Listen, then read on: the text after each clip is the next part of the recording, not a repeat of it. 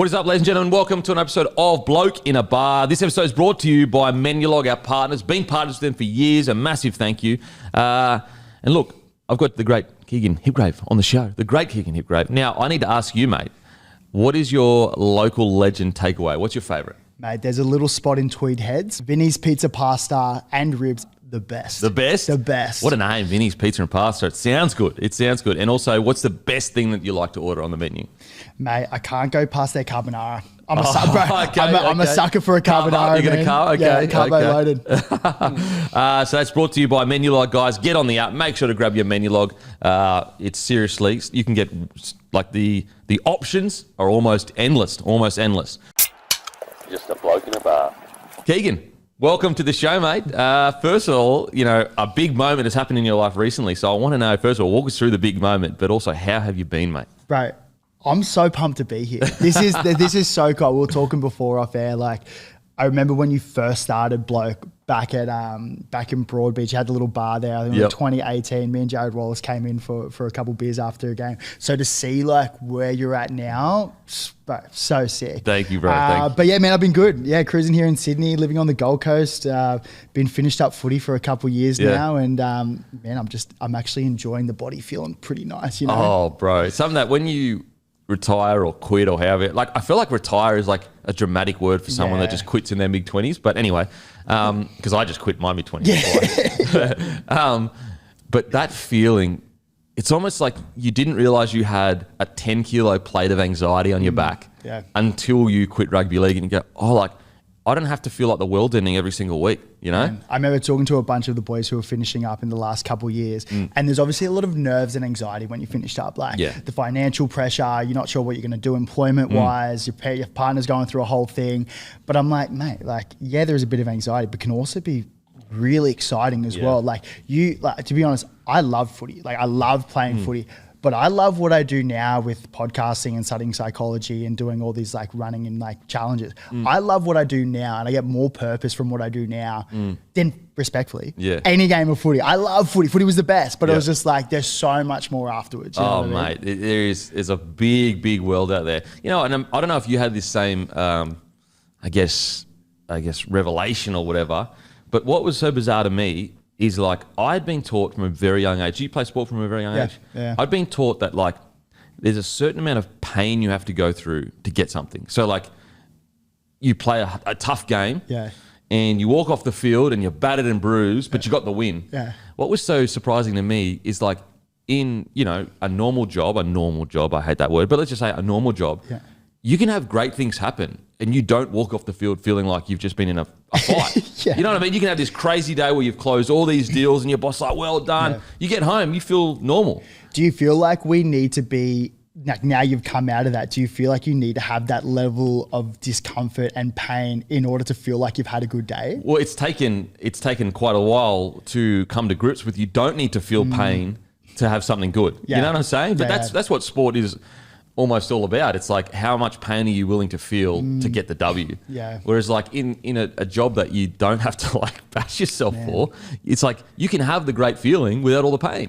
But you can also copy and paste that into like not just rugby league, but in any kind of occupation or job. You know what I mean? It's just like there might be, I need to do this. I don't like what I'm doing, but I've got to put the food on the table. I've got a financial thing. But if you can find like what you really want to do with like podcasting or like whatever your thing is and make a career out of that, and probably more so like make it meaningful and potentially like help people, you'll be like, you'll have so much energy and you'll probably go further because you like what you're doing. You're loving it. And that's, I truly believe that like it might be one of the luckiest things in someone's life if you are fortunate enough to land on something that you love and get paid to do it. And I know right now most people aren't fortunate enough. That's why I say it's like 100%. You are so lucky and privileged to have that, because there's never, and I always say it's like when people go, oh mate, like you work so hard, you do all these podcasts. I'm like, bro, this isn't hard work. Bro. This is not hard. I'll tell you what hard work is. You've got all these bills to pay. You're barely, making ends meet. You're waking up at 4 a.m. You're driving an hour and a half to work. It's freezing cold. You're doing something you absolutely hate, and you're just doing it every single day. You're like, that's tough work. Podcasting's not tough work. From the outside looking in, like it looks like you're living in like full alignment with what you want to do. Do you reckon, have you always had that when you finished footy, or was you kind of like still trying to figure it out? Because I think about people who are in a similar spot, which is like, well, how do I get there? Like that's fun. Like that's cool. I want to be there. I don't want to be doing my shit. Like how do I get there? Yeah, I mean, to be honest, it's very similar to your own story in the sense that like definitely didn't happen straight away.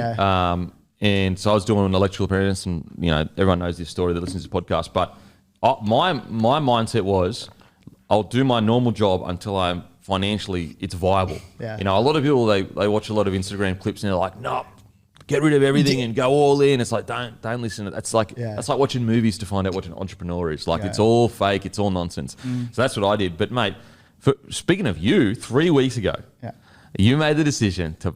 And I know what this feeling's like, bro. It's honestly, I know it's as good as a debut, but it's a pretty special feeling. Yeah. You made the decision to go from your job, which you obviously loved at their LPA, to go podcasting and content creating full time. Walk us through what happened there. Man, it's with you're actually the first person to like say it out loud. Really? That's not me. That's not me. Like obviously I tell friends and family, but man, for me, like this was just a passion project. Like I'm passionate about mental health. I've been doing stuff with Movember since I was 18. When I was at Titans, we used to do a heap of fundraising stuff, and it comes from a personal place, right? And so when I finished in the NRL, I was medically retired, so I had a heap of concussions. I remember you go through the whole process. Anyway, story for another day. But I was like, fuck, I can be like super upset and kick stones, but I'm like, that's not going to help me. Yeah. Like, how's that going to help me? Like, and then so I was like, well, what do I want to be doing for the next 10 years? Kind of like similar conversation. And I was like, well, like, I think athletes are so influential in community. And I was like, I really want to know, I'm curious about human design. I'm curious about how do we actually have the tools to be able to help friends and family going forward? So I was like, well, what does that look like? And I was like, okay, well, I want to know what's actually going to help. I think lived experience is great, but let's go back to university. Let's study psychology, which is where I'm at the moment. I'm doing a post-grad of psych. I was like, great, this is awesome. I'm getting like all these great tools. I'm reading, I'm learning. It's beautiful. But I was like, how do we broadcast these conversations? And how do we broadcast and promote these like positive mental health things? And I was like, well, like I said, athletes are so influential. I've got such a really great community of mates who are not just in NRL, but in AFL, who are in the Olympic space, rugby, netball. So I was like, why don't I just have conversations with them? And to be honest, they're probably more likely to have a conversation with me than respectfully some journalist. So that's how the podcast kind of came about. And we had these like really just gnarly conversations with like Tim Zoo recently after his Fundora fight. Tim Zoo, wow. Mary Fowler, Paddy Carrigan, Kalen Pong, like just mates. And then it got to the point where it just kind of took off a little bit, like enough to this, because this was, like I said, passion project. Maybe I'll be able to commercialize this like 5-10 years down the track. I've had a few conversations with like boys from Hello Sport, guys from We Got the Chockies in Brisbane. And then boys are saying like it takes like 5, 7, 10 years to be in that space. So that wasn't even a thought.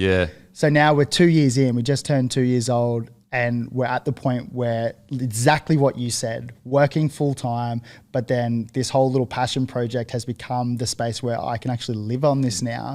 And I actually can do what I really love. And I'm like, well, what would it look like if I put 100% of my time into it instead of just like 10, 20%? Yeah, absolutely. So 3 weeks ago, made the jump, and man, it's like, it's such a cool feeling. Don't get me wrong. Mate. It comes with the nerves and anxiety and all the things.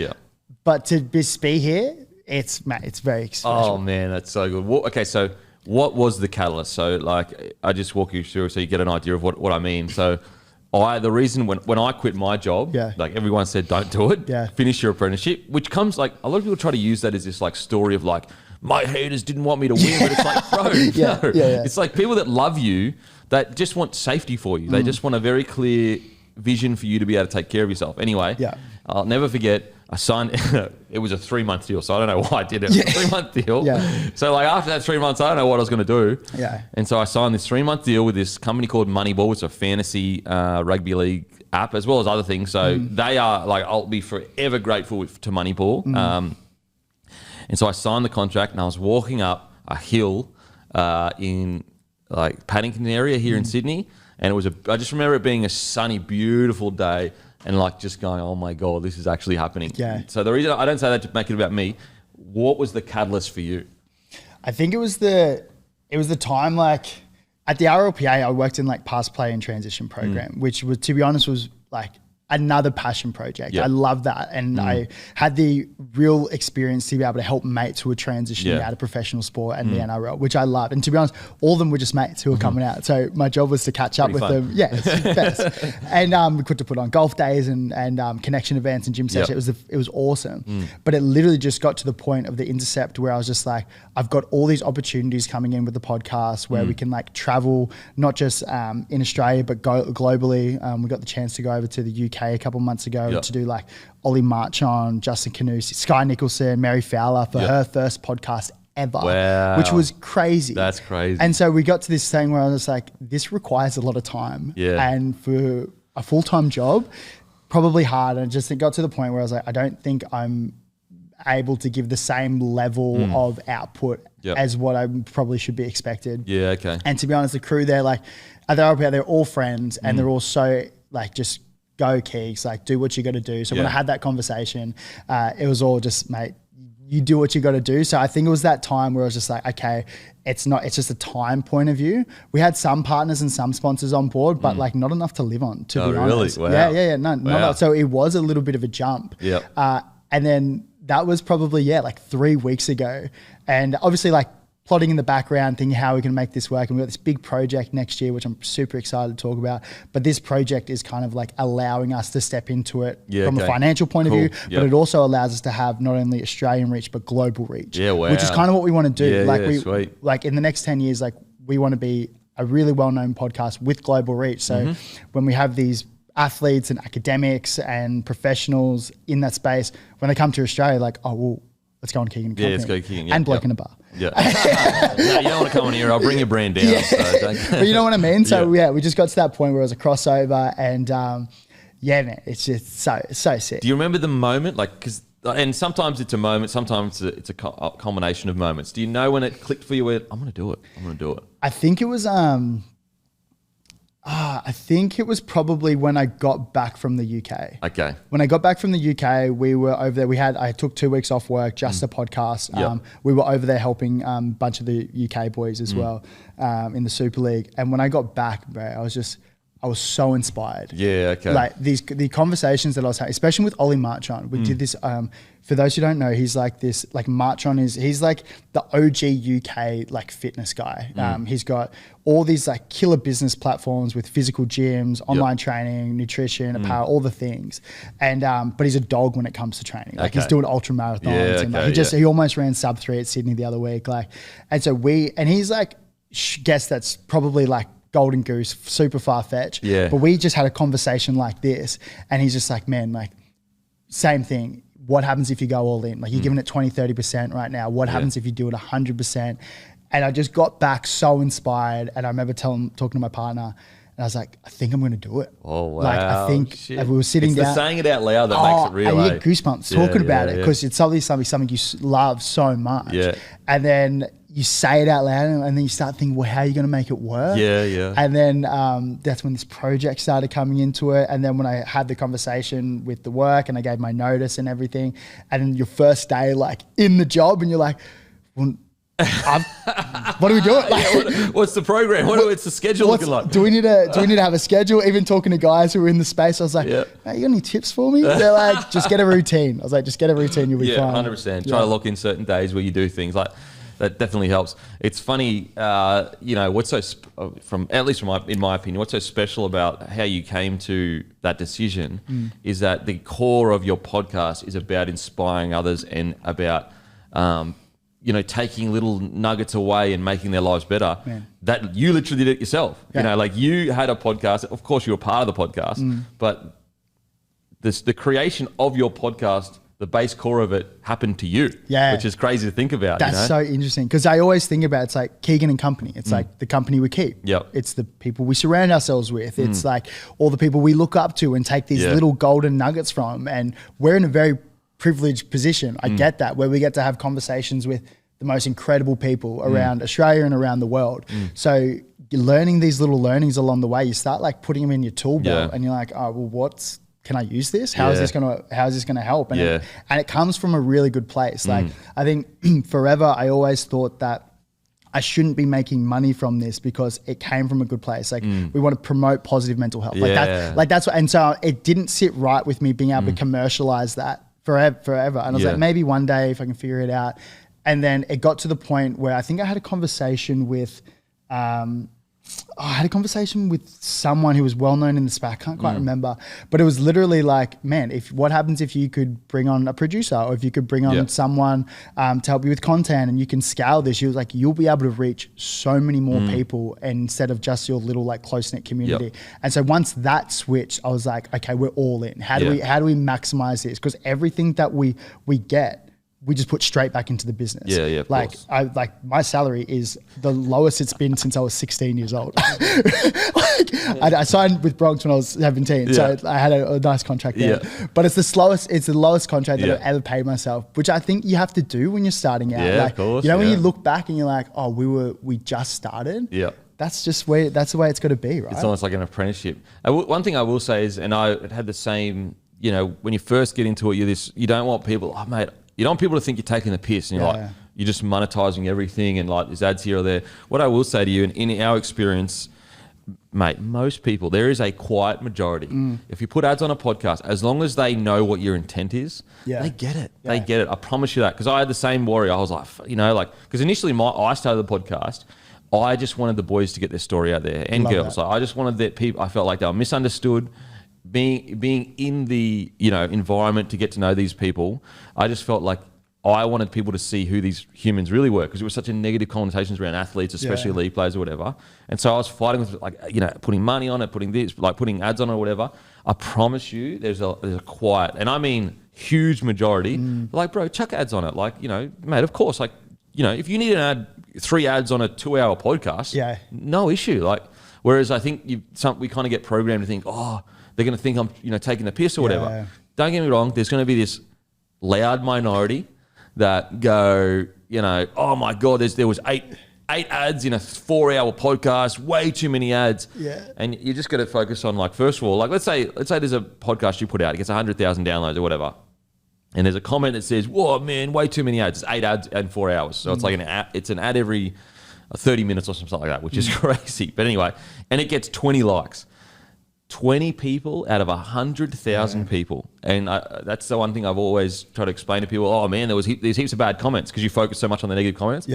If there's 10 bad comments of an episode that got 100,000 downloads, that's like 0.01% of people. That, you know what I mean? So I just think with the ads and stuff, you'd be surprised how many people are like, mate, of course, get your money. I love what you do. It brings value to me. So why shouldn't you get value out of it as well? It's so crazy that we're just so negatively inclined, right? Like we roll with that negative bias. But even from the ad stuff with me, I position it in my head where it's just like, I thought this was supposed to be 5 to 7 years away before we were commercializing it. So with me, I can be really particular and specific with who we want to partner with, especially with being a mental health podcast. Like we want to promote positive mental health. So there's certain categories that we will just stay away from. Of course. Flat out rule out. But then when we can align with ones who we love and who have been on board since day dot and who align with, like, you know, being a better human and all those things, it's like, that's the goal. It works. It works. And it's aligned with us and it makes sense. And then when we show up in community and we do all that stuff, it's just, it works and it's aligned. Yeah, for sure. Absolutely. And just quietly, so the contract that I signed, if I had and this is, you know, what, nearly 10 years ago. So just, you have your little good laugh at me. If I had to realize that most of that is taxed, I wouldn't have quit my job. That's the first thing I learned. Man. I was thinking, like, okay, if I'm just skating by paying my rent and that, why would I be getting taxed for? I can barely pay my rent. It doesn't really work. Tax man doesn't care, man. The tax man doesn't give a shit. Doesn't care, man. I think another thing that we try to focus on in our podcast is, like, if you can create ads around segments that you already would talk about. Bro. Who was the best player on the weekend? We would have already spoken about that. Can we make it Menulog's hungriest player? Stuff like that is a really good way to kind of, you know, give them something that they would have got anyway. Yeah. But at the same time, you get something out of it as well. It's super organic. And that's what I do take a lot of inspiration for how you're kind of operating and like navigated the space, because you've been in like, you're obviously like one of the OGs of podcasting, right? So looking the way from afar, like obviously I haven't been in here, but looking from the far, it's really nice to see how that stuff just organically comes into it. Yeah. It's not forced, it's not pushed, and it's aligned with your audience and the sport you're talking about. Absolutely. Which makes sense. So, okay, so you make that decision. What's been the biggest surprise since? And it's only been 3 weeks. Yeah. But there's so many things that you're like, I didn't think of that, or didn't think of that. What's been the biggest surprise since you've gone full time? The biggest surprise is probably just like how much more time we can focus on it. Like, and the amount of opportunities that we can do. Like you were saying, you put out like almost 6 episodes a week. And I was like, what the hell? I was like, how do you even do that? And then talking to Maddie, he's just like, yeah, man, we put out a lot of content. So we put out 1 a week. And so for me, my goal is to get it to be 3 times a week, doing more solo episodes, cutting some moments, because we've got all these like incredible, like the guest interviews are timeless. The interviews are timeless. So when we have a conversation with like Paddy Carrigan before the grand final a couple of years ago, Kalen Ponga, like when we have these types of conversations, it's like that timeless pieces of info. So you could just go back and watch it. So putting up like little moments of those, like 10 to 15 minute, like very consumable. So I think the biggest learning is like the amount of ability that we can grow. And even just knowing that, like kind of like, why not us? Like, why not me? Yeah. Like I was talking to a buddy yesterday in the gym, and he wants to be like top 15 High Rocks world champion. Yeah. And he's just like, man, I think I can do it. And I was like, why not? Yeah. Like, why can't it be? Like, there's honestly no reason. I think we get so trapped, especially in professional sport, especially in rugby league. Tall poppy syndrome. Team mentality, team first. Yeah. As soon as you like step out of that little bubble of professional sport, you're like, wow, there's actually so much more of this world. Even I think traveling and knocking around, like we went over to, last year we went over to like New York, Boston and LA, and we shot a bunch of podcasts over there with like Surf Skate Crew. Whoop's been a partner of the podcast since we first started. So we're in their HQ and then New York, and you just realize like how small we are over here. And you're like, things like actually aren't that bad. like we're actually just like, we're doing pretty good. You know what I mean? Mate, one thing I will say to people that are listening going, you know, they've got a dream in the back of their mind. Like one thing that it's a quote that stuck with me forever. And it's almost like a haunting quote, but it's, most men live lives of quiet desperation. Yeah, man. And that has always been like, you know, I look at my father and I think like, if he didn't have to provide for our family, I look at my mother, if she didn't have to stay home, take care of the kids, like what would have they done with their lives? Man. Because, you know, 20, 30 years ago, even 50 years ago, it wasn't as easy as it is now to try new things. Mate. You were locked into stuff. Yeah. Whatever your parents did, usually you did. We have like all this opportunity to try things, especially before we have kids. I know it gets different when you have kids. I really do. But I think that like when people are faced with this decision of like, should I try this thing? They start focusing on, honestly, we've been taught that the whole world will end if you don't work it. If it doesn't work out, my God, you'll have no money, no job. How do you pay the rent? I promise you, if it doesn't work out, the world won't end. You go and get a normal job. You pour beers for a while until you find a job that you really like again. Yeah. Like it's not going to end. It's never as bad as it seems. Like what is the very worst case scenario? Like when I said that to myself, I was like, what is the worst case scenario? And I was like, okay, I burned through all my cash. I have to sell my house. I have to go live with mum and dad for a little bit.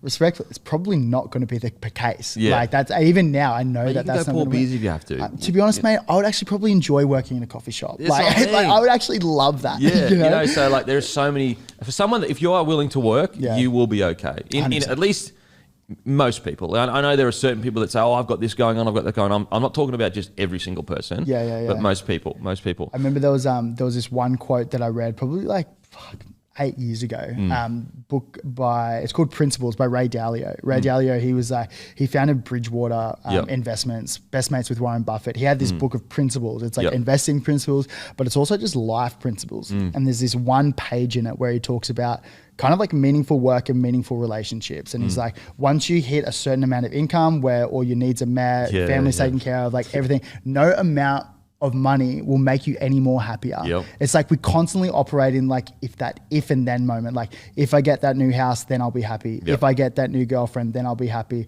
But in reality, like once we reach that level, you're not going to be any more happy. Yeah. And his whole thing was just like, if you can have meaningful work, do what you love and bring meaning to people and have meaningful relationships, so the people that you knock around with, mate, that's it. That's that's the golden circle. So once I read that, I started applying that for what I wanted to do for the next 10 years. And it was the psychology, it was a podcast, it was the mates.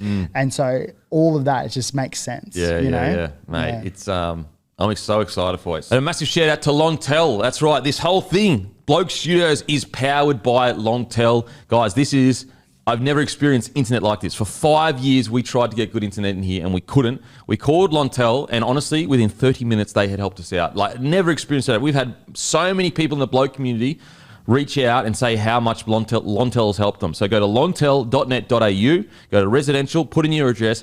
You can use code BLOKE, the first week completely free, and also you get $25 credit. And the best thing is no credit cards, no contracts, and you only pay for what you use. So if you go away for a week, you can pause your internet, you don't pay for it. Or you can crank your speeds up, crank it to the fastest, multi-gig, which is crazy fast. On multi-gig the other day, I downloaded a 65 gig file in about 4 minutes. It's crazy. So you can crank it up, you only pay for that. You can crank it down, you only pay for that, which is cheaper. You can also pause it. So massive shout out to Longtel. Let's get straight back to the interview. Talk us about the challenge you've got coming up. The whole setup coming up soon. Yeah, man. So I think a big part of the podcast is around like promoting positive mental health. Like we want to push like positive messages out. And while we're having these really great conversations where we want people to encourage conversations, that's the whole thing. We're also like, we want to walk the walk and we want to document things that we're naturally doing. So like nutrition, connection, friendship, like all these types of things. And so that's just our everyday life. And so I come to this point probably a little while ago where I was just like, well, Sydney Marathon is now the first time it's a major. So there's 7 majors. There were 6 majors. Now there's 7 majors in the world. Tokyo, Boston, London.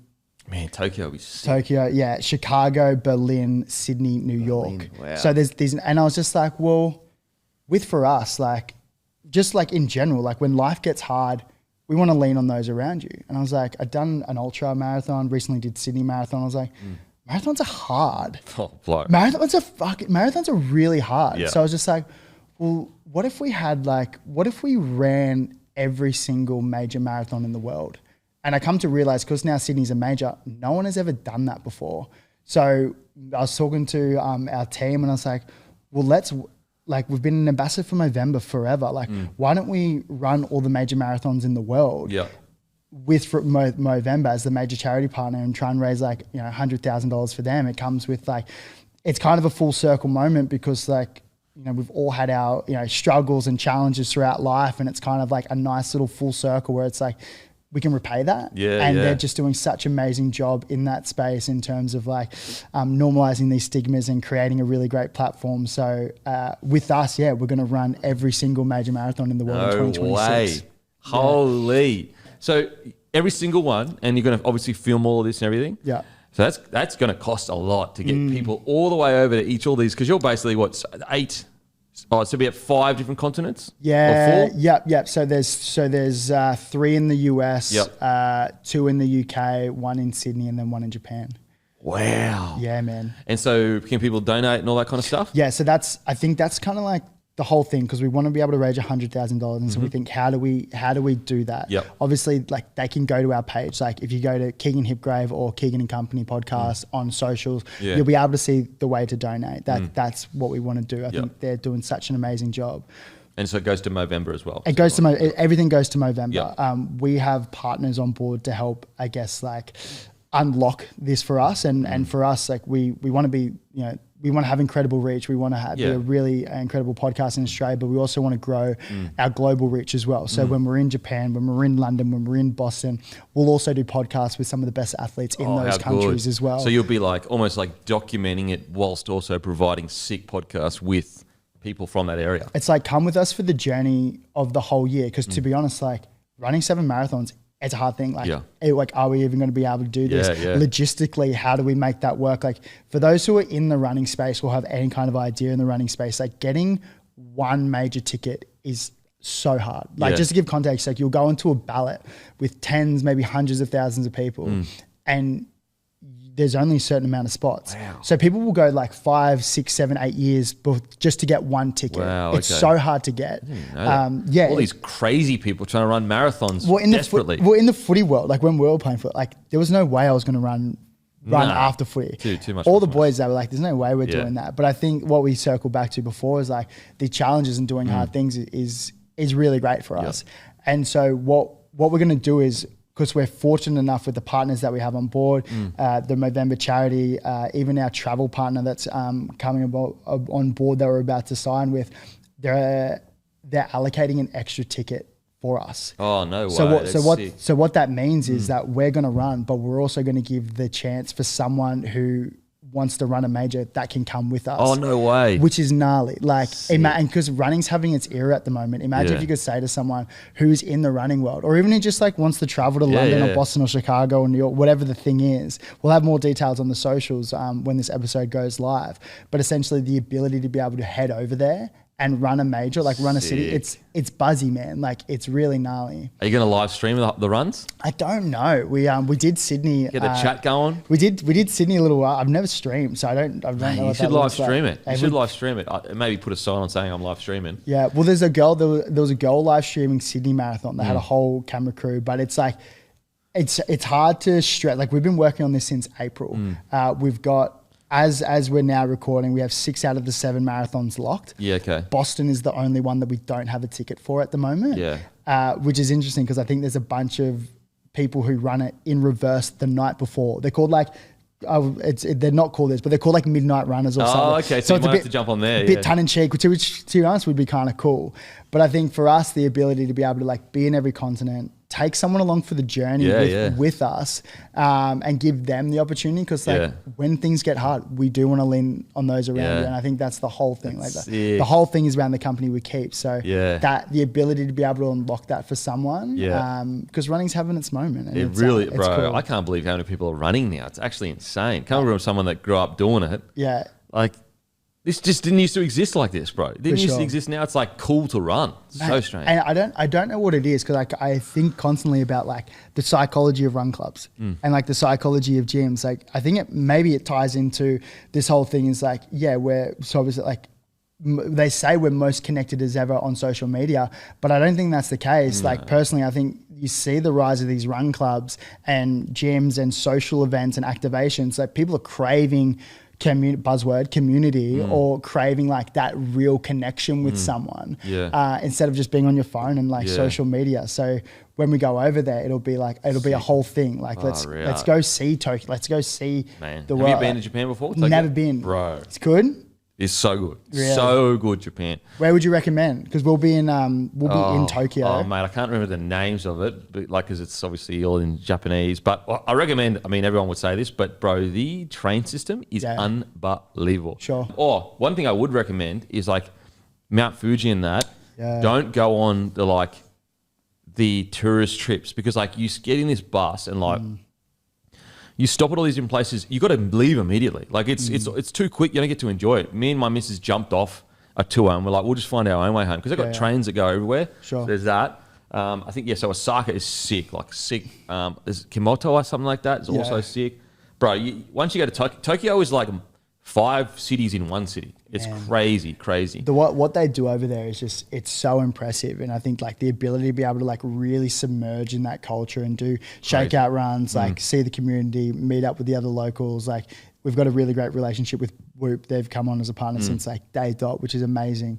We spent time in their HQ last year, which is like, it's like 8 stories. It's like they're $1 billion company. Like they are so they have some of the most like high tech sleep tracking like in the world. Recovery tracking. Gotta get into it, because I don't track any sleep. Well, if you want, I will give you one if you want. Really? Thank you, bro. Yeah, they're incredible. So what they've in their whole facility, they've got a podcast studio, and we recorded 5 episodes with them last year with some of their athletes and some of their leadership too. Really, like in terms of like optimizing your recovery and performance, like that's probably the part. And so we'll lean on them when we go to Boston and spending some time with them and like doing like live Q&As and live podcasts and that kind of stuff. Sick. And just fleshing it all out. Have you seen like the hardest geezer? Obviously, like Ned Brockman, how he ran across Australia, I'm pretty sure. Yeah. So there's another guy called the hardest geezer on YouTube, And it's obviously a little bit different because you're doing marathons, but similar-ish in the sense that you go on this journey. Yeah. And he like ran across like Africa or some shit like that. Redhead dude? Yeah, it's called The Hardest Geezer. Yeah. And he's got all of it logged on YouTube. It's sick. It's so good. I really, once you get engaged in one of those, journeys, it's sick. It is cool. Mate, I think like the ability to be able to like, because even with Ned's thing, like I jumped on the back like the last couple months, but he'd been going for the whole year. So and you see people started like Hamish and Andy, like they start jumping on and following their updates. It was like, oh, what's this going to do? Like not only is running helping me as a person, but it's also helping my relationships outside of that. I feel healthy. I feel positive about myself. Like there's all those things that come with it. So yeah, we'll do a YouTube series that like will go in depth for each marathon in the lead up to it. We'll do podcasts in the lead up to it. And we'll have a documentary that sits across the whole year, which is super exciting. Because like I'll never forget those images of him running into Bondi. Man. Bro, that was crazy, bro. Ned Brockman doing that shit. He's but the thing with him is he's so cool because he's like, we're just super open about his experience. Like there was days where he was fucked. Yeah. Like maggots crawling out of his toenails, and that's that ability to be able to be open and be vulnerable. It's kind of like, again, circle back to like life, I think that the ability to be able to be open with your friends and people is so beneficial and it will take the weight off for sure. Now walk us through your first podcast, because first podcast is almost like a debut. It's actually, my first podcast is still on the internet. It's very embarrassing. You didn't do any trials? Nah, I just went straight into it. So silly, so silly. Well, because when I started my podcast, first of all, no one knew what a podcast was. So I asked Bo Ryan. I was a mate with Bo Ryan at the time. I still am a mate with Bo Ryan. What happened to Bo? we didn't have a falling out. But we'd go out most weekends, hang out or whatever. And I was like, mate, would you come on? At this time, this is Bo Ryan at his peak in rugby league at least. He's still killing it. Sure. And so what happened was I went out and bought all the gear on my credit card, which is so dumb. Like I couldn't afford any of this shit. Yeah. And then I sat on it for 6 months. Really? Sat on it for 6 months because I'm a big believer in like once you start something, you can never stop it. Yes. You just got to keep going. Yeah. So like I was protecting myself by like I haven't started yet, so maybe I never start it. Anyway, I started it. We did it. It's terrible. But walk us through. It's hilarious. So I don't really listen to it anymore. But back in the day, I liked the Joe Rogan podcast, like Sam Harris. Tim Ferriss back then was also good. Yeah. But I used to love Joe Rogan. He would have like a colourful light behind him. Yeah. So you can see in the shot, there's this like colourful light behind me and and it's just like these things from like Bunnings like behind each other. On top of that, the filming was two laptop webcams, like bro. Anyway, it was just terrible. Walk us through your first podcast. That's so fun to look back and reflect. So we recorded 4. So we did like a trial episode. We were a bit more cluey, just because we had so many mates who had been in that space. They're like, just trial. I would have done 10 if I could have, but I did. Aaron Booth from Gold Coast Titans. That's a great story too, Aaron Booth. Greatest story, in terms of like medically retiring and where he's now, incredible. Jamie Chapman, she was one of the 4. I was really good friends with Jamie, still am. A guy by the name is Mac Horton, who was an Olympic gold medalist for swimming. He won Rio, I'm pretty sure. And then a guy by the name of Ali Day, who's the best Ironman in Australia. So they were the 4. We didn't end up releasing Boothie and Jamie's because same thing, like we recorded them and then 5 months went past. I think I was like navigating life like outside of and just whatever I was. And so it was just like all this stuff was happening. And so I just same thing. I wanted it to be perfect. I wanted to have the thumbnails right. I wanted to have the graphic. I was like, what kind of music do I play? How do I even get free music? Do I have to license this music? Like all these things. And so we ended up doing Ali Day number 1, Mac Horton number 2, or vice versa. I can't remember. But it was those were the 2 that we ended up releasing because they were timeless episodes. And then one that we did this whole release. Bro, I remember the day we had like this whole announcement, and I remember I got my buddy to film this kind of like, we're like, hey, like Keegan Company, it's the company we keep, like it's all around hanging about, this is what we do, like mental health, passionate about that, like I want to have conversations with athletes, like I don't have all the answers, but like come on this journey with us. And it was this little clip, and I remember I put it up and I sent it to like all of my mates. I just finished up at Para at the time, so I sent it to like Gutho and Mitchy Moses and Junior and Reggie, and I was like, hey boys, do you mind? Like, can you do me a favor and share this? And I sent it to like any person of influence that I knew at the time. This was like my time, and we got 200,000 views on the very first. That's crazy, bro. 200,000. I think we had like 30 reshares, 40 reshares, but that was just purely from me asking as a favor. And so from that, I thought it was like this is going to be easy. Like we've made it. And it's the whole roller coaster up. But that night, I remember waking up and we had like, I think we hit like, we started at, I think we teased it a little bit. So we had like a couple hundred followers at the start, but then we got to like 7,000 or 8,000 overnight. And I was like, wow, I was like, that is so cool. It was like a really feel good moment. Not because like we're not chasing these vanity metrics, but it's just cool to see that it responds well with people, and people resonate with what we're trying to do and what we're trying to say. And that's been the general feedback since we started. Mate, I mean, and 7,000 or 8,000, like that's a good little community. Like that's half a stadium, like, you know, a smaller stadium, but it's still bloody half a stadium. 100%.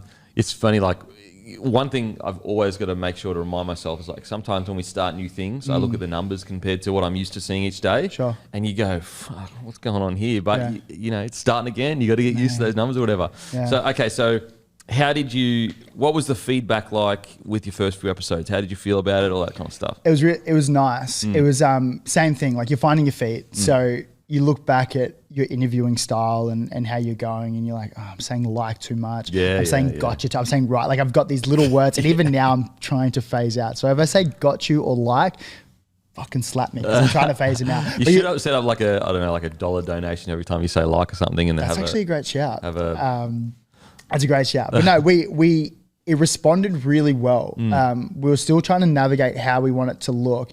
And then as we got into the double-digit episodes, I remember hearing something about if you get to 26 or 40 episodes, then you're in like the top 1 or the top 10% of podcasters, because everyone like just starts and stops, as you know, right?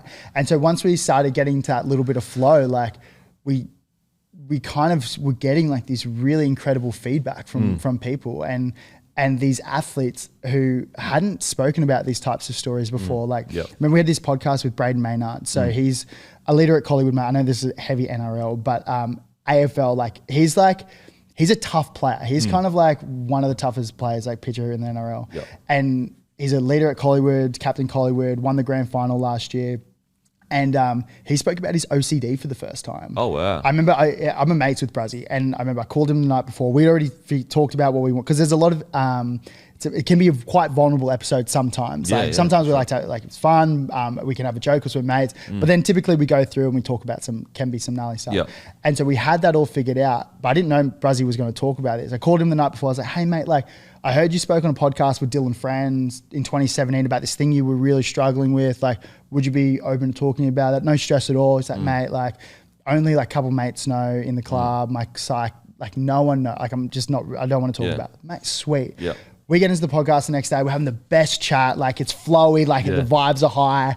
And we started, and he's just like, oh, man, like, I know I said to you last night that I wasn't willing to talk about it.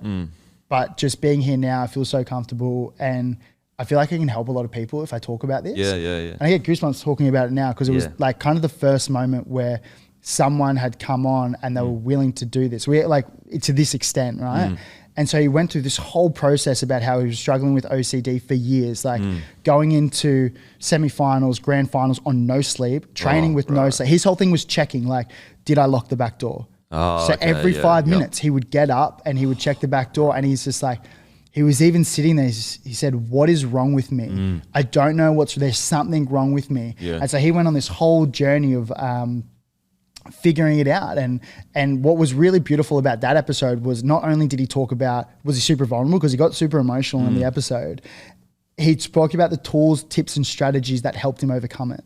Like, getting off his phone an hour before bed, meditating and using breath work, talking to his psychologist, like, because as masculine and stoic guys, we don't talk about that kind of stuff. And so he used all these tips, and the feedback, bro, the feedback that we got from that episode was insane. And what Bruzzy got, and it was like mums and dads sitting down with their kid who just got diagnosed with OCD saying, you're not weird.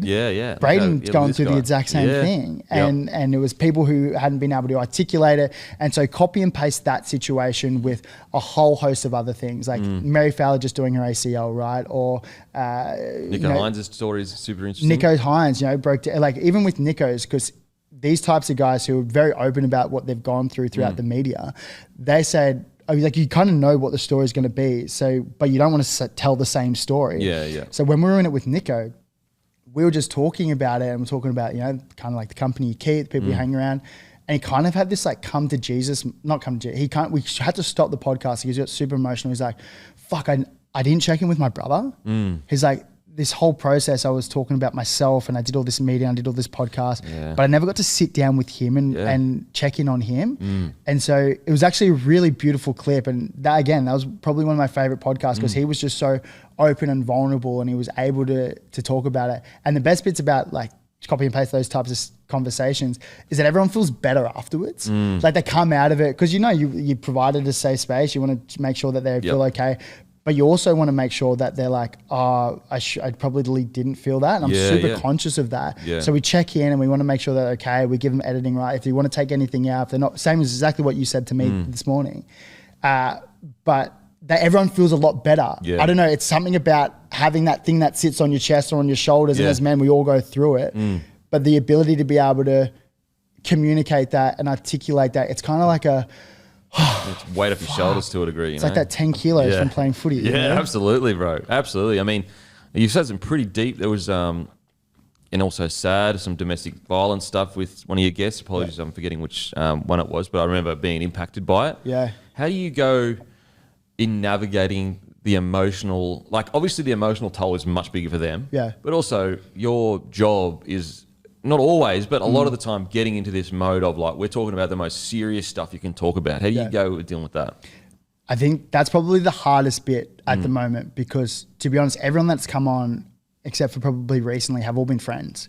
Like I know these guys. I know these guys really well. And now probably getting to the point where there's warm intros and we want to start, getting to know them beforehand. And so when you're sitting there, like you really care about these people. And I think I probably, to my detriment, probably like I feel a lot. Like I'm a deep feel. Like I feel like emotions, and I feel, especially from friends and family who I really care about. So when you have someone like a Morgan Mitchell or like a Courtney Yu, like Morgan spoke about how is Morgan Mitchell, and she's the runner. She's the runner. She's the Olympic runner. Very talented. Super talented. Like she just had twins. Like shout out to her. She's the best person. She's awesome.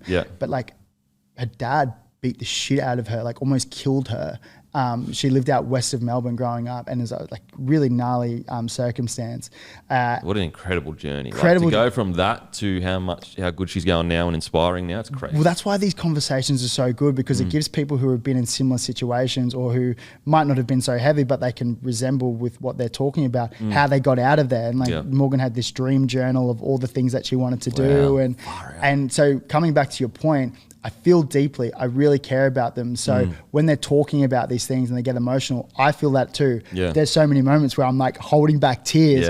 But you also, on the other hand, you want to like be a good interviewer and you want to navigate the conversation well. So it is all about like before I get on a podcast, I say, I take a deep breath and I said, be calm, be present, be curious. So I'm calm with them. I'm present with them. Like I'm present with you now, but I'm also curious as well. Like I ask a lot of questions,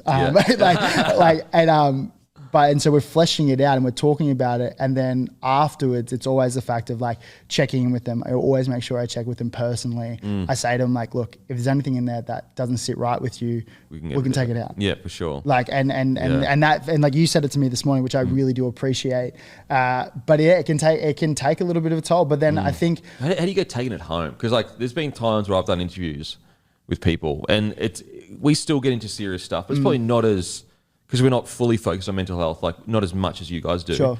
But there's been times where like it's sat with me for, and if you're doing it like on a weekly basis, let's say you have a 4-week run of really heavy podcasts. Like any normal human being, if you're being honest with yourself, you do take that emotion home. How do you kind of like put like, this is heavy, like it doesn't get heavier. It doesn't get heavier, you know what I mean? It's a good question because I think all of us go through our own stuff, and I guess most of us want to be those people for other people, right? We want to be able to have that open communication. We want to be able to, for people feel like they can talk to us. I think that's a really great tool to have. But in terms of taking it home, I think there's two parts. The first part is that the guest usually typically feels really great after venting about it and talking through it. And we usually always end the podcast on a high. Like you can inject energy into a conversation. I think you can do that. And it's part of the art of conversation, being able to start up high, making them feel comfortable. We go through the conversation, then we finish on a high. Check in with them, but not taking it home. Like I've got a whole heap of tools that I have in my own tool belt. I grew up on the Gold Coast, similar to you. Like I love being out in the ocean and surfing. That's my thing. Training is a huge outlet for me. Like if I don't train, I'll fucking lose my head. There's catching up with mates. Like there's Movember came out with a really great study. I think it was in 2004. There's like 4 prominent things that is kind of linked to like suicidal ideations and suicide, depression and anxiety, not being able to cope with a stressful time in your life. So think divorce, think loss of job. The third one, having historical like masculine and stoic thoughts or ideologies. And the last one is escaping me. I can't quite remember.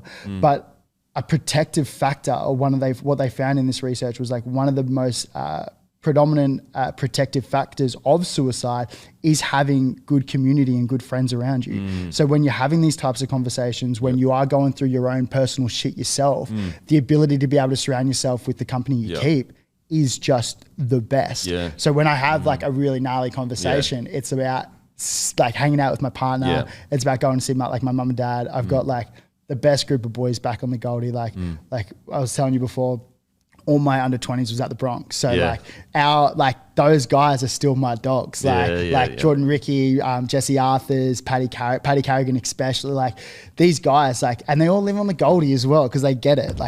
Goldie's beautiful. Just quietly, never going out in the beers with those 3 guys. When you're single, because you aren't getting nothing. Bro, did you see we got this awesome group chat, and one of the boys put this really funny meme where it was like this kid. I'll send it to you afterwards because it's fucking funny. It's like this one guy was just like, what you say when the Brisbane Broncos start talking to your girlfriend. and it was like this guy who's like, don't talk to my girlfriend. And like really manly. And then the second line is like, I started crying. He's like, just stop talking to my girlfriend. I'll clear it for you. It's so good because I'm like, I've seen it live. And you would have seen it as well. It's rank stuff, seriously. But they're good lads. They're good lads. Yeah, mate, it's super, super interesting how you handle it. Because I do feel like it's one of the areas of like our first responders, emergency doctors, or just doctors in general, police to a degree. Like what they see is humans aren't supposed to see that regularly kind of thing. And I know it's a much more extreme version of what we're talking about here, but it's just a knock-on kind of effect of these heavy things that you're talking about. How do you kind of work through that? What about some stories about getting a podcast, or any funny stories of how it came together? And like, I've had some podcasts where I've sat out the side of front of a hotel for 4 hours just in case he called and said, I'm on. Gotcha. So stuff like that happened for you? Funny and fun. Or even serious where you I think like Mary Fowler's episode was like one of my favorites, to be honest. Like we had Nathan Cleary on the podcast maybe like a couple months before, and we do this fun thing where we get a friend, a teammate, a partner, a parent to like send in a voice memo question. It's really beautiful because it's coming from someone they love. So you get like a really unique response from it. We got Mary to do Nathan, and it was a beautiful clip. And so we were talking, I was like, Mary, like we're actually coming over to Manchester in the next couple of months. We'd love to have you on the podcast if you're interested. And she was like, I actually listened. She listened to the Morgan Mitchell one. No way. She listened to a few of them. She's like, and she's never been on a podcast. And she's just like, well, and if you know Mary, if you heard of any of Mary's stuff, like she's so much life out of sport. Like sport isn't her whole identity. Like she's all for, she's like when she's operating and happy off the field, she smashes it on the field, right? When she's at the Matildas, she kills it. And so we had this all locked in. We're going to the UK. We had 6 podcasts locked in. She was one of them, probably our biggest get ever. And she calls me like maybe a week before we get there, and she's like, Keegs, I've just done my ACL. I'm not up for doing a podcast. Yeah, of course. And I sat with it and I was like, far out. Like I was super excited because it was a huge get for us. And I said, look, no stress at all. Like don't feel obliged to at all. But I also think like knowing how you're operating with this and what you're using to be able to get out of this, whatever potential mental funk you're in, I think that could be really beneficial. So I'll just leave it with you. She sat on it for like 24 hours, as long as 24 hours ever. I was like, what's going to happen here? And she came out and she's like, fuck it. Like whatever we spoke about, we'll speak about. Went for like an hour and 40. Yeah. It was so cool the way she like can positively reframe. I'd like that, to be honest, the theme of my podcast, the one thing that I can see people pulling out of it, or the common themes that I see is like how these athletes can positively reframe really negative situations that have happened to them. That's like, I'm like building a keynote around it. I think the whole, if I ever go into research around psychology, it'll be around positive reframing. Yeah, okay. Because you think about it, like these super high profile athletes who are having success, they've all got the ability to be able to reframe this negative thing. It's like we can spiral downwards, but we can also spiral upwards. I think people forget that. So anyway, she said that she was keen to jump on. We got there, we had the best conversation. It was like our most listened episode to date. Yeah. And to be honest, like it opened this whole world of like, we just recently signed with iHeartRadio, which kind of like ARN. I don't know if that was off the back of it, but maybe it was. So thank you, Mary. We appreciate you. And yeah, so that was probably one of my favorites. That's sick, bro. That's sick. Now, I don't know the specific details, but the underlining core of this, or to my understanding with some of the content I've consumed, you had a good mate growing up that passed away. Now, I guess, is there a connection at all, or is there not a connection and it's just two separate things? Like, walk us, I mean, it doesn't get much more serious than that. It's like the whole reason. Yeah. To be honest, like it is the whole reason. Like when I was 17, I lost like one of my best mates to suicide. That's the story. I didn't know how to work through that. I was 17. I was a kid. You don't know how to. Yeah. And to be honest, I put it in a box and I didn't go to the funeral. I felt really bad. I just didn't know how to navigate that time. And I think a lot of us don't know how to navigate. I know growing up we didn't. But it sparked, that was the first time I had any type of relationship with mental health. And I hated the fact, because this guy was the best guy ever. Like we both captained Queensland schoolboys. We both got picked in the Aussie schoolboys What's team. his name? His name's Regan Grieve. Regan Grieve. He was like the funniest dude. He captained all the junior stuff. Yeah. So leader of the pack. Yeah. Like chicks frothed him. Like, this good looking dude. Like he was the guy. Yeah. And what I couldn't wrap my head around was like, how could this guy that was loved by everyone, respected by everyone, was in such a dark place where he felt like that was the only answer. So that led my whole journey into getting involved with Movember, a mental health organization which specializes or focuses on suicide prevention. And we did fundraisers, we did all these things. And to be honest, I didn't think about it.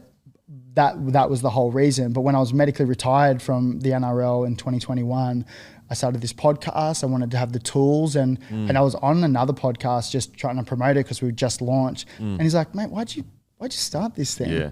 And I thought about it really intently, and I was like, "Well, it's because of Regan." Yeah, it's the whole reason. Yeah. And then to be honest, I got really choked up because it was the first time I was spoken about it. I've spoken about it a lot now, and I felt like I didn't do him justice. That's why I really want to talk about him every time I get on a podcast, because he's the best. Yeah. And but what they did was they clipped it up really well and they put it on socials. And Regan's mum reached out to me, which was the gnarliest thing ever. Crazy. I hadn't spoken to Ange in years, 8+ years, probably more. Wow. And I was like, I'm really sorry. Like, I'm sorry I didn't come to the funeral. I'm sorry. I probably should have asked you to talk about Regan. And she's just like, she said her biggest fear was that Regan's name would be forgotten. Yeah. So she's like, you talk about Regan as much as you can. AJ Brimson came on and he spoke about losing his friend, Liam Hampson. Yeah. And same thing. He's just like, I like doing this because we're keeping his story alive. Yeah, for sure. And we want to advocate that frame of mind, it's a permanent solution for a temporary problem.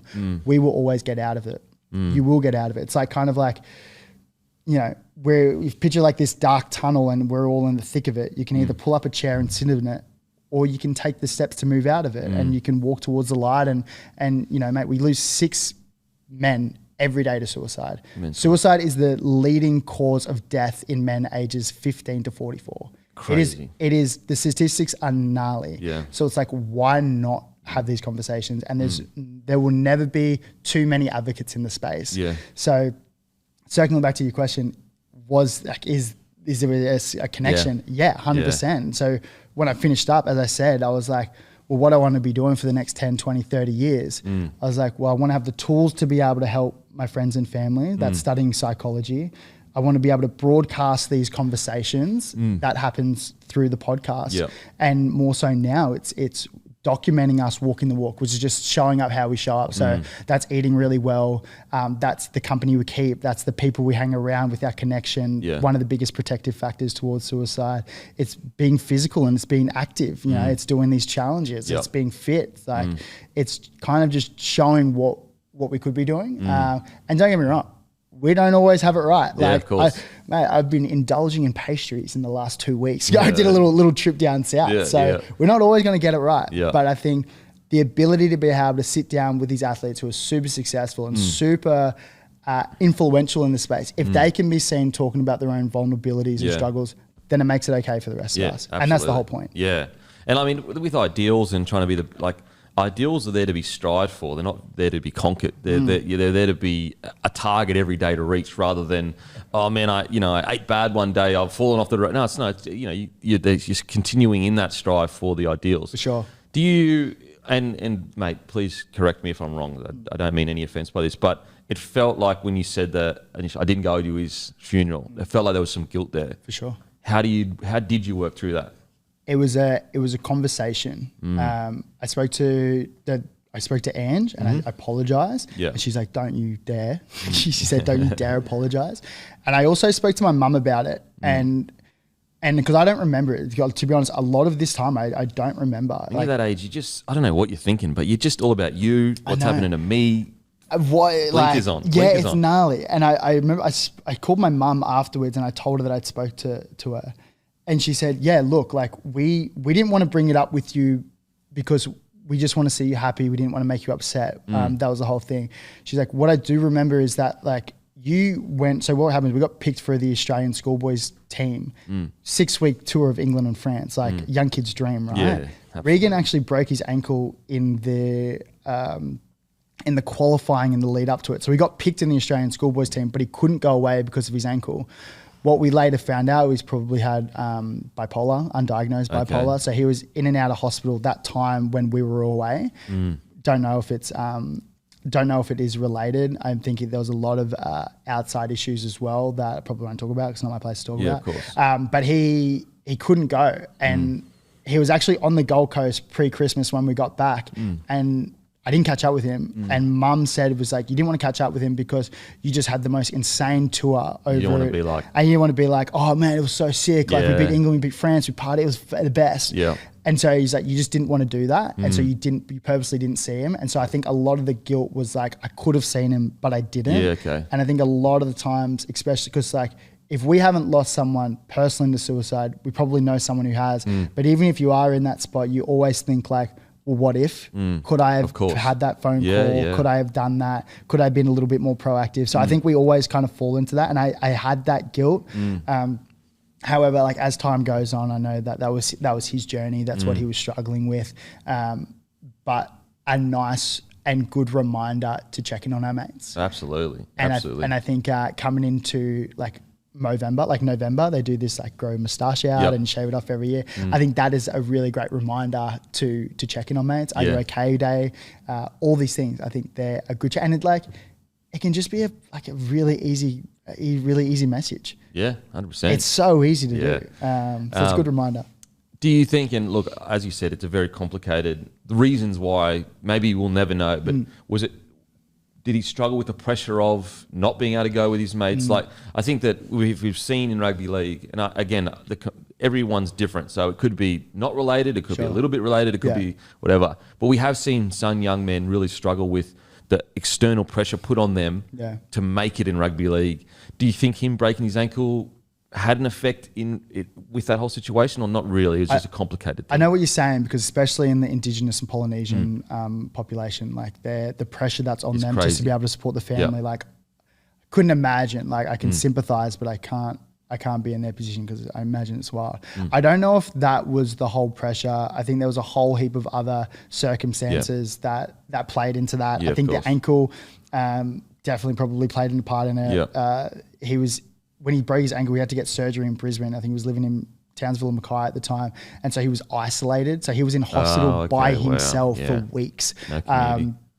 And he had to make a decision whether to get the surgery by himself. He didn't have like a parent around him. So there was like a whole host of other things. And then you throw in like potentially undiagnosed bipolar, which gnarly. So there's a whole host of things that I think can go into it. But I think like looking at that side, we can look at the negatives and we can be like, but what can we learn from that? I think the ability to be able to have a tool belt and to dive into that when you need to, and being aware enough to recognize like, fuck, I actually haven't spent a bit of time with my mates, or I haven't probably spoken to my family a little bit more. Like whatever your thing is, like it could be going for a swim, it could be going for a surf, it could be training, it could be, whatever your thing is. Everyone's different, but the ability to know that you've got your tool belt there and having that awareness where it's like, I'm probably struggling a little bit, just probably check in. It's nice, I think. I think as well, like whether you're a professional athlete or just someone going to uni or whatever, just identifying that whether you're a male or female, like, man, those teenage years going into adulthood, they are tough. Right. You don't know what's going on. You've got no understanding that your world's changing. You're not in school anymore, and school's tough as well, don't get me wrong, but like it's a tough period. I imagine it's probably even more gnarly now with social media and everything. Like I read a report. You know that TV show Adolescence that came out? Oh yeah, seen it. On crazy, Incredible, right? Yeah. So the UK Movember team, they were the mental health consultants on that documentary, or not documentary, movie. And it was so good it looked like a documentary. Well, it was crazy. It was shot so well. But what it shined a light on was just like young men in this digital age, and how easy it is to isolate and kind of fall into these types of norms, right? And you have these like really crazy I guess like influences. The study that Movember looked at was like influencers of people who engaged in these masculine influences that have between 1 and 10 million followers. Masculine. But masculine typically is a great word. It's probably more like not great role models, to be honest. Yeah. And those who didn't engage, and the ones who engaged in those types of like influences typically showed like poor signs of mental health, right? Like they might have been going to the gym more, but they might have been prone to using performance enhancing drugs or isolating, not having contact with their friends and family, because they're like, well, I need to grind, I need to be successful, I need to do all these things. But so it is really, I can send you the stuff if you want. It's really interesting. But that age of like coming in and like we have to have it all figured out and sorted. It's hard because like we are trying to figure it out, but there are other ways. Yeah, and the pressure the internet has put on young men and women because they're getting force fed like, if you're not a millionaire, you're a loser. Pretty much. Like that's the message. If you're not a millionaire, you're a loser. It's hard to make $1 million. Like it is super hard. If you earn like $200K a year, you're in like the top 5% of earners or something like that. But young kids are being brainwashed into thinking that if you're not a millionaire, you're a loser. Like it's just bizarre. Or if you're a girl and you don't have all Chanel bags and all this crazy stuff, it's just bizarre. Anyway. This episode is also brought to you by Grumpy Coffee, guys. We've got Grumpy Coffee just here. Go to grumpycoffee.com.au. Are you a big coffee man? Big coffee man. Okay, sweet. We'll make sure to give you a bag when you head out. Go to grumpycoffee.com.au, grab your coffee. We've got different blends, whole bean, ground, and we've also got pods, and it's 85 cup rating, which is really good for blends specifically. The retirement. Yeah. Walk us through it, because like, ironic, and don't get me wrong, we've spoken about some pretty serious issues, but there's not many more serious other than probably, what we just spoke about than CTE. Like it is so serious. We don't know what the answers are. We're going to find out in 50 years so much more than we do now. Now, walk us through the retirement. How did it all come about? What was the catalyst? Good shout. Well, like long story short, I was playing at the Gold Coast Titans. If for those who might have not, like I was a hothead, right? Like I was yes, you were. Like I was pen in the bin was yeah. at times. I was I was a super aggressive player, but that's all I knew. Like I was encouraged as a child, as a kid, to be aggressive. And I remember mates are like, "You're nothing like what you are on the field." I was just like, "Yeah, man, true." It's not anyway, but it's how I think I got to the NRL. It's how I stayed there for as long as I did. But I had 12 months off with concussion in 2019. I had some big knockouts, a heap that went undiagnosed and unseen as that happens. The neurologist at the time, we did all the scans, all like the neurological testing, which is like a half-day testing. They're like, mate, you should probably have 12 months off. Oh, sorry, you should have 6 months off. That turned to 12 months with COVID, which is probably a blessing because it gave me a bit more time to recover. Anyway, I came back like as ready as ever. Like I was the fittest I'd ever been. Like I won all the fitness tests coming back in, played that next year at the Gold Coast Titans, wanted to be in a top 4 team, went to Parramatta, who had just played in the semi-finals, wanted to cement my spot in that side.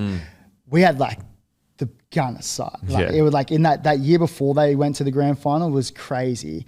Like Regan Campbell-Gillard, like Junior Paulo, Ryan Madison was in there playing real, like Shawnee Lane, Mitchie was there, Gutho was there. Like it was just cool. Dill Brown, like really cool side to be a part of.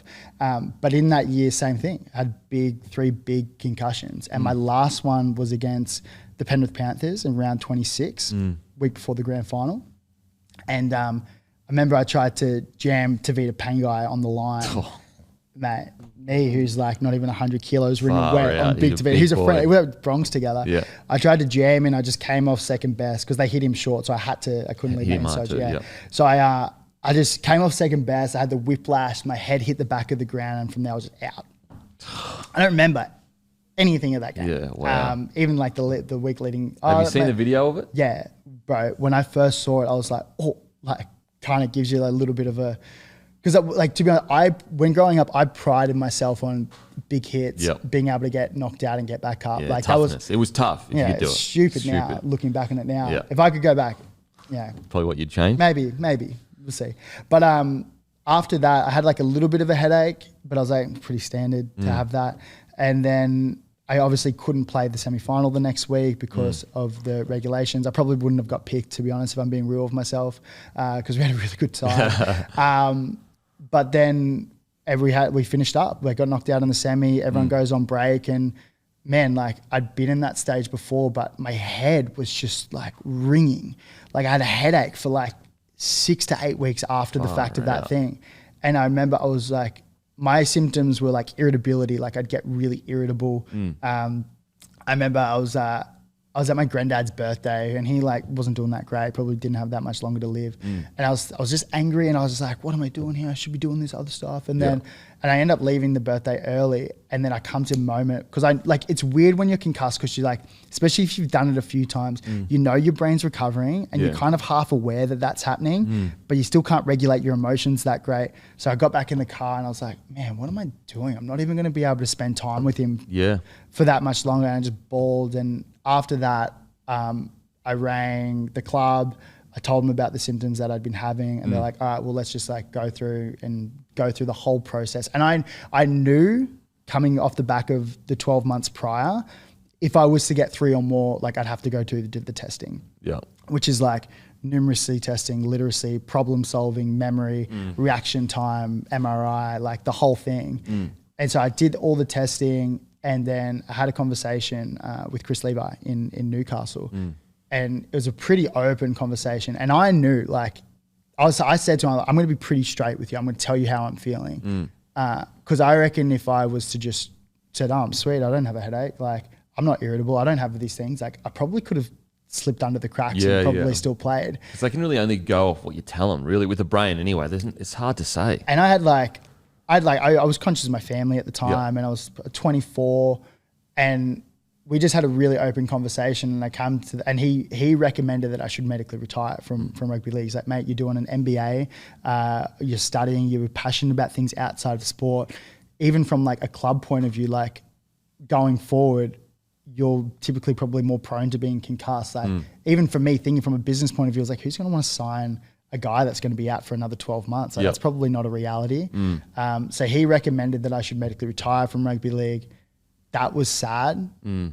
Like, hearing those words, man, like, how's that hit you? Because I'm sure from a kid that was the dream. Bro, I feel like I didn't reach my potential in that. Like, I wanted to play State of Origin. I wanted to play Australia. 24, probably like just starting to come in the forwards too. So you got time. That takes time. And so I thought I didn't reach that. I remember talking to Brad, and I remember just crying. I was like, they told me I should medically retire. And he said, Brad Arthur, he's our coach at Parrot at the time. He's like, mate, like, we love footy. Like, footy's awesome. But there's so much more to life than outside of footy. And it's like, you got your friend, like, you got your partner to take it, like your family, you got like mum and dad, like there's things outside of that. And so look after yourself. And then from that moment, I agreed with the neurologist. I said, yeah, I agree. I'm gonna medically retire from footy. Come with like a bit of a mourning period as well. Bro. Sad tears, like so many tears. So from a young age, because I think one of the hardest things about retiring is you identify like, who is Keegan if he's not a footy player? Yeah, man. You know, did you identify that strongly with being a footy player? Growing up, yes. From when I signed my first pro contract with Bronx when I was 17 for 4 years. Yep.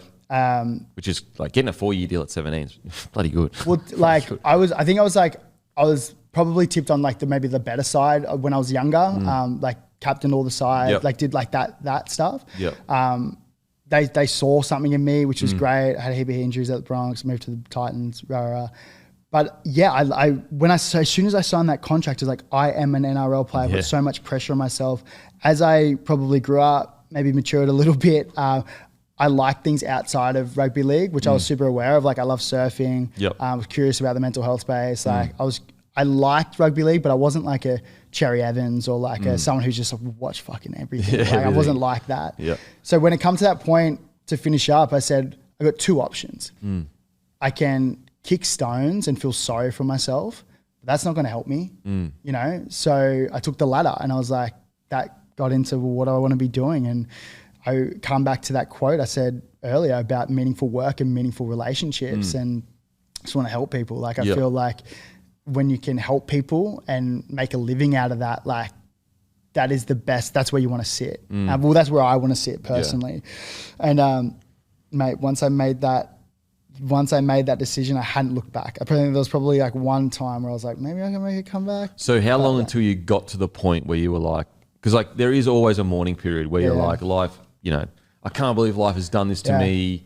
I'm a victim. Life sucks. How bad, you know, everyone's got it better than I've got it. You know, really that's not the case. That's what you feel. How long do you reckon it took you? Maybe like a week. Really? Yeah. I know. No, that sounds bad. I know you're probably expecting a lot longer.